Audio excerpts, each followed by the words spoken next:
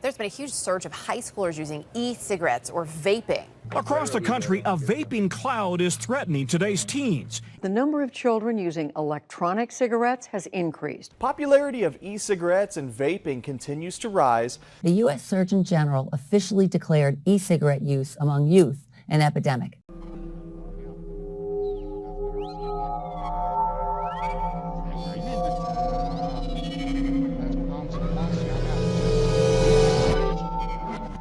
In order to understand why vaping is an epidemic, we need to first understand the history of it. With learning the harmful effects of smoking, there was a huge demand to find ways to reduce nicotine and harmful chemical levels found in cigarettes. Thus, the e-cigarette industry was born. In order to go on, we need to first establish a definition for e-cigs, as they have changed both chemically and visually over time. An e-cigarette is a device that has the shape of a cigarette, cigar, or pen and does not contain tobacco. It uses battery and contains a solution of nicotine, flavorings, and other chemicals, some of which may be harmful. A first-generation e-cig is one that closely resembles a cigarette and is disposable, whereas a second-generation e-cig is a larger, usually pen-shaped device that can be recharged. A third generation refers to a device that does not resemble a combustible cigarette and usually has a very large, sometimes customizable battery. Some parts may be replaceable, which is why they are sometimes called mods. And more recently, e-cigs that have a sleek, high-tech design and easily rechargeable batteries are the present-day e-cigs, as teenagers and young adults have found these to be more socially acceptable. But why is it an epidemic? Bridges go both ways, as not only are former smokers using them, but kids and teenagers who have never used nicotine devices before are. E-cigarette use, or vaping, has grown an astonishing 900% among high school students in recent years, according to the Surgeon General. And a 2016 National Youth Tobacco Survey found nearly 1.7 million high school students and 500,000 middle schoolers had used e-cigarettes in just the 30-day period before the survey was taken. One of the reasons that this is such an epidemic in society today is that the newest and most popular vaping product is the Juul, a small, sleek device that resembles a computer USB flash drive. Its subtle design makes it easy to hide, which helps explain why it becomes so popular among middle and high school students. The most popular item, which is the Juul, and as you can see, it looks like a flash drive. It's not. And then the kids can just tuck it away when they're done. So it now accounts for about 72% of the market share of vaping products in the United States.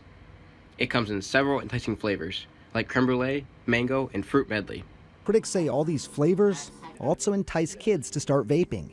One study out of Harvard found some of these artificial flavors contain diacetyl. That's a chemical linked to severe respiratory disease.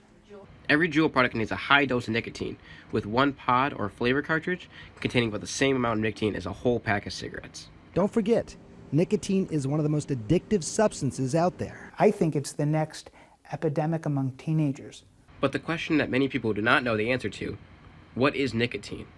It is an addictive drug that affects brain development, learning, mood, and impulse control, and increases the effects of depression and anxiety, and can lead to other tobacco use. Teen e-cig users are more likely to start smoking.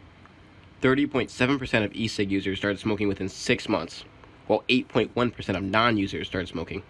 Smoking includes combustible tobacco products, such as cigarettes, cigars, and hookahs. In fact, the Center of Disease Control and Prevention reported that 99% of e-cigarettes sold in the United States contain nicotine. The younger the developing brain is exposed to nicotine, the stronger and more rapid the addiction. The earlier someone becomes addicted, the harder it is to quit.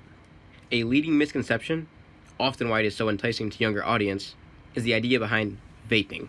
The term vaping is used because e-cigarettes do not produce tobacco smoke, but rather an aerosol, often mistaken for water vapor, that actually consists of tiny chemical particles from both the liquid solution and the device. Many of these particles contain varying amounts of toxic chemicals, which have been linked to cancer, as well as respiratory and heart disease. What do teens say is in their e-cig? 66% say flavoring, 13.7% do not know, 13.2% say nicotine, 5.8% say marijuana, and 1.3% say other. The big thing with this?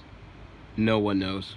Manufacturers do not have to report e-cig ingredients, so users do not know what's actually in them. The kids that I talk to believe that there's nothing in there that's dangerous. They don't think there's anything more than water. It's not water. It's called e-liquid, and when heated by the coil, it changes to an aerosol. Columbia University researchers using this machine found the vapor has toxic metals like chromium, nickel, zinc, and lead. And as we know, there is no safe level of lead. Even though e-cigarettes have not been around as long as other harmful addictive products, there have been some health effects already appearing. Popcorn lung is the nickname for bronchiolitis obliterans. That's a condition that damages your lungs' smallest airways and makes you cough and feel short of breath. It's sometimes caused by breathing in a chemical that is used to flavor popcorn. However, some individuals who consistently vape have developed this condition as well. People using e-cigarettes and vape products are spending lots of money on these products. A pack of 4 Juul pods is a minimum of $16. Although the vape device itself is around $20, one pack of pods a week is roughly $16 to $20 weekly. Adding this up, a person could spend around $60 a month just to refill the device. Vaping products are costly when it comes to money, but they are also very costly when it comes to our long-term health. So what's next? Where do we go from here? With very little regulation, people are not fully aware of what they're consuming.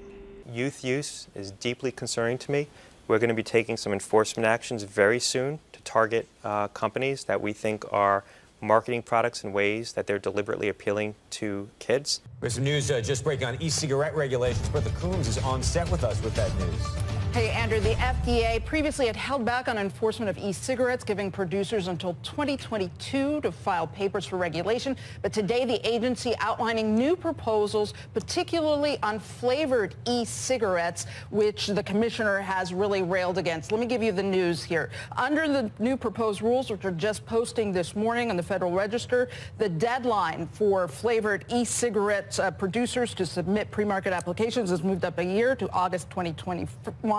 In the meantime, sales of e-cigarettes will be limited to online and brick-and-mortar retailers which use age verifications. Make sure that products are not being sold to minors. Just last week, you'll recall the FDA commissioner was here saying that they'd sent warning letters to retailers like Walgreens and Walmart about the lack of enforcement on sales of tobacco products to minors. And finally, the agency's rules would crack down on flavored e-cigarettes, particularly which regulators say tend to appeal to minors. This is something that they are really trying to crack down on, particularly because of the appeal to young people.